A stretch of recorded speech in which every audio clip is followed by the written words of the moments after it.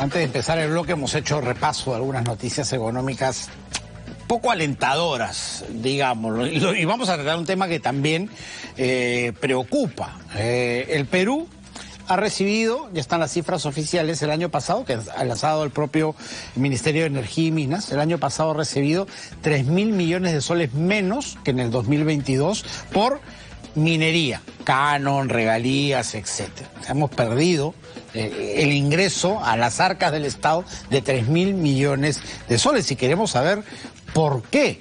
Para ello vamos a conversar con Jorge Guillén, profesor de ESAN Graduate School of Business. ¿Cómo estás, Jorge? ¿Qué tal? ¿Cómo estás? Encantado. ¿Esto tiene que ver por los precios internacionales, porque hay menos inversión, porque se ha sacado menos mineral? ¿Cuáles son las razones? Sí, exactamente. El precio del metal está más o menos estable. Incluso en algunos casos el cobre se ha revalorizado un poco. 10% más o menos en el 2023, pero ha sido por la extracción, por volumen, ¿no? Por ejemplo, en la época de pandemia sí se pudo extraer bastante volumen a pesar de la restricción de las actividades productivas, pero ahora no. Y ha sido por el efecto de Dina Boluarte, más o menos coincide con la salida de Castillo, las muertes, las paralizaciones, los bloqueos que hubo. Claro. En la zona de Arequipa, en la zona de Puno, la zona de Apurímac, ¿no? Claro, que afectaron todo el verano pasado, prácticamente, ¿no? Así es, fue esa situación ha permitido, más el problema climático que tuvimos con el Yaku también en su momento, y la incertidumbre, ¿no? La incertidumbre que genera que las expectativas empresariales se vayan deteriorando, ¿no? Y eso está afectando, no hay exploración. Probablemente hay un efecto Castillo en el 2022, o sea, la sembrada del 23 es por el 22. En el 22 no hubo mucha exploración, no hubo muchos proyectos nuevos, no generación de proyectos nuevos. Ahora lo que preocupa es que también en el 23 también ha habido una situación así y que probablemente en el 24 vayamos a cosechar. También vamos a tener, claro, también lo vamos a tener. Pero es bueno que se pueda cuantificar, porque cuando te preguntan, bueno, ¿y cuánto pierde el Perú? Bueno, acá está, pues. Hemos perdido 3.000 millones solo en el rubro minero. Porque el agro también ha sido un desastre el año pasado, así que como que los motores se están apagando, pues, ¿no? Finalmente. Es un efecto dominó, ¿no? Porque ese 3.000 millones es como 0.25% del PBI. Claro. Pero también es comercio, son actividades aledañas a la minería. Por ejemplo, Arequipa tiene Cerro Verde tiene muchas actividades aledañas de consultoría, de transporte, que dependen también. Es toda una cadena, claro. Una cadena que al final ese 0.25 se puede convertir en 1. O sea, hubiéramos podido tener, en lugar del negativo, hubiéramos podido terminar en un número positivo, ¿no? Y sembrar también para este año, eso es lo que también preocupa, ¿no? Tú hablabas de las inversiones y eso preocupa. ¿Tenemos menos inversiones, menos proyección de inversiones en minería? Porque además estos son proyectos a largo plazo, no son cosas inmediatas. Sí, es que Yabeco está invirtiendo un poco más, pero también hay otros sectores que no están invirtiendo o se han paralizado un poco por la incertidumbre política, por la inseguridad ciudadana, ¿no? Que no están, mucho se le echaba la culpa al anterior ministro de Economía, pero también es el Ministerio de Energía y Minas, no necesariamente toda la culpa la tiene el MEF. Ahora hay un nuevo ministro, ¿no? Que tiene bastante experiencia en el sector público, es un poco más mayor, ¿no? Pero que también lo tiene bastante complicado, ¿no? Él sí tiene más experiencia política porque ha sido presidente de gobierno regional.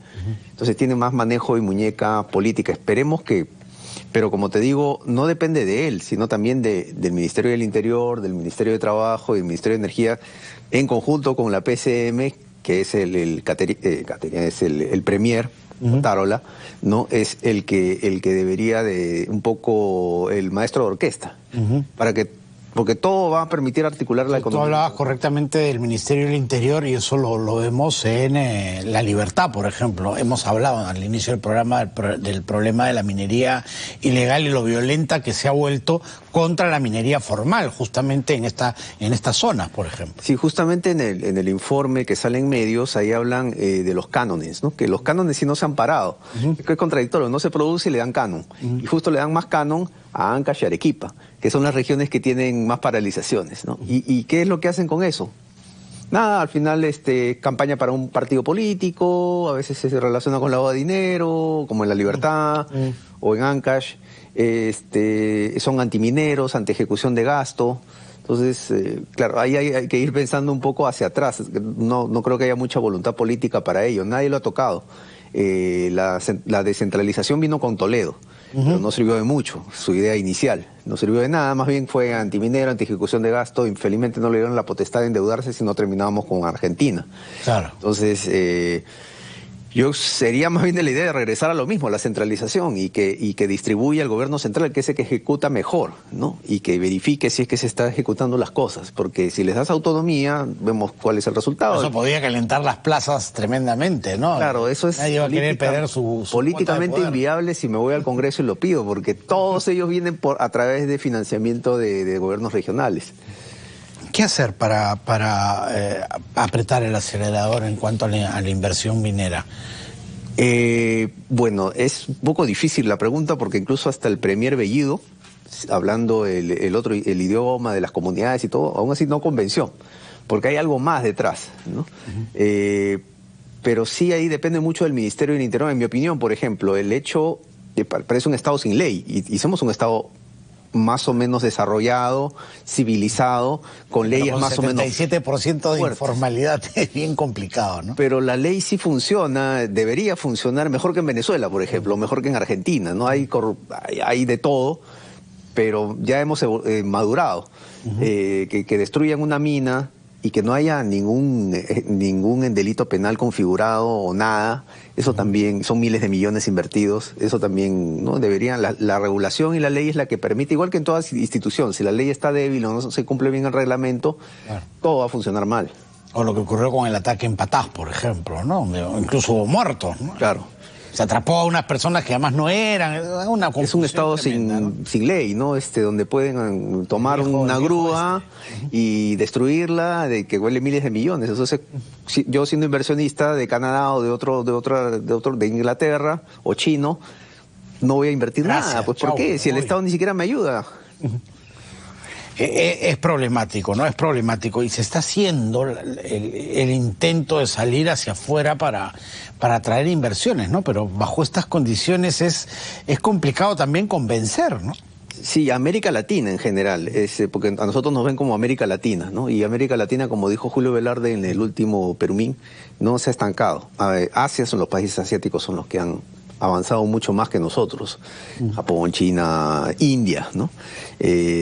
Y nosotros, como América Latina en general. Ahora, si a Javier Milei le va bien, por arrastre a nosotros también podría irnos bien, pero tiene sus problemas digamos, porque todo el establishment es peronista. Claro. Y no le están dejando hacer. Congreso, claro. Y no le están dejando hacer las cosas. Cualquier cosa que haga le declaran inconstitucional, ¿no? Tremendo, tremendo. Ojalá que finalmente logramos despercudirnos de esta situación, porque la minería es el motor del país, sencillamente, hay que aceptarlo, le guste o no a la gente.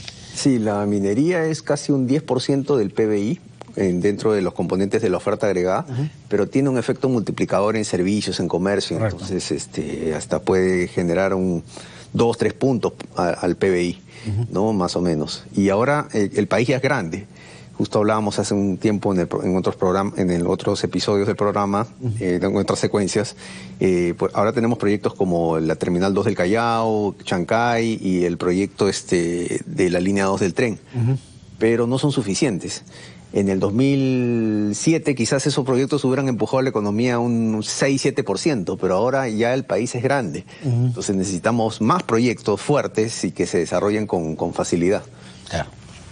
Perfecto, Jorge. Muchísimas gracias por haber estado aquí. Muchísimas gracias. Muy buenas tardes. Jorge Guillén, profesor de SAN, ha estado con nosotros. Cerramos así, siendo las 2:57, nuestro bloque económico.